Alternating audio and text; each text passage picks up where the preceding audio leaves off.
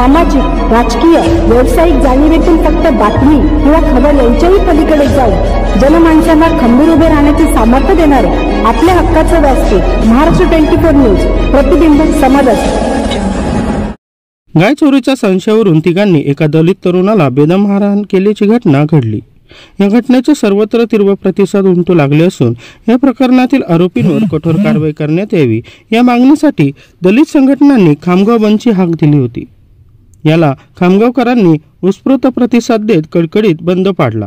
आवश्यक सेवा वगळता शहरातील सर्व दुकाने बंद असल्याचे दिसून आले।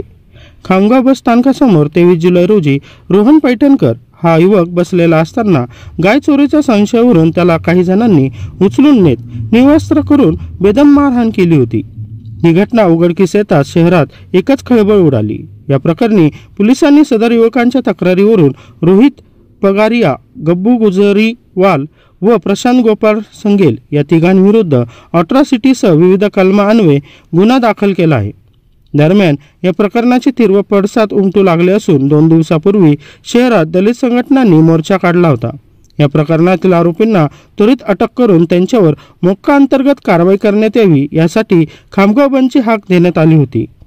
याला खामगावकरांनी उत्स्फूर्त प्रतिसाद दिला असून संपूर्ण शहरात कडकडीत बंद असल्याचे दिसून आले। याप्रमाणे आंबेडकरी अनुयायांनी येथील रेल्वे स्टेशन समोरील डॉक्टर बाबासाहेब आंबेडकर यांच्या पुतळ्यासमोर मोठ्या संख्येने जमून दुपारपर्यंत ठिय्या आंदोलन केले। या प्रकरणातील आरोपींवर कठोरात कठोर कारवाई करण्यात यावी, अन्यथा यापेक्षा आणखी तीव्र स्वरूपाचे आंदोलन करण्याचा इशारा या निमित्ताने दलित संघटनांनी दिला आहे।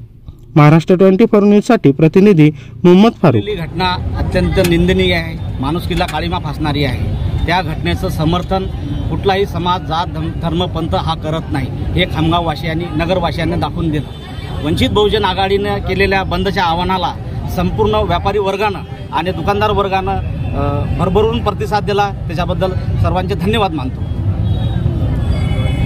नेमकी आता पुढची भूमिका काय असणार आहे? आरोपी अटक, आम्ही हा बंद आरोपीला अटक नाही केला, त्याच्यामुळे हा बंद पुकारला होता। अजूनही जर आम्ही पोलीस प्रशासनाला 8 दिवसाचा अल्टिमेटम देत आहे।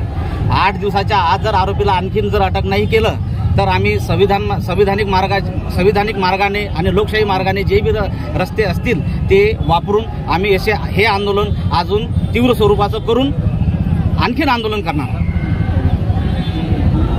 पीडित तरुणाची आता सध्या प्रकृती कशी आहे? त्याला मदत सरकारकडून मिळाली आहे? नाही, कुठल्याच प्रकारची त्याला मदत मिळालेली नाही आहे। कोणते आमदार, खासदार कुणीही त्यांना पाहायला सुद्धा गेलेलं नाही आहे। इथं खामगावमध्ये त्याचे ट्रीटमेंट झालं नाही म्हणून त्याला आम्ही अकोल्यामध्ये जिल्हा रुग्णालयामध्ये त्याला ॲडमिट केलेलं आहे। त्याच्या नाकाचा हाड तुटलेला आहे, एक डोळा निकामी झालेला आहे। सरकारकडून त्याला काही मदत मिळाली नाही, त्याला 1 रुपयाची सुद्धा मदत मिळाली। अतिशय निंदनीय घटना 3 दिवसाआधी खामगाव तालुक्यामध्ये घडली, खामगाव शहरात घडली।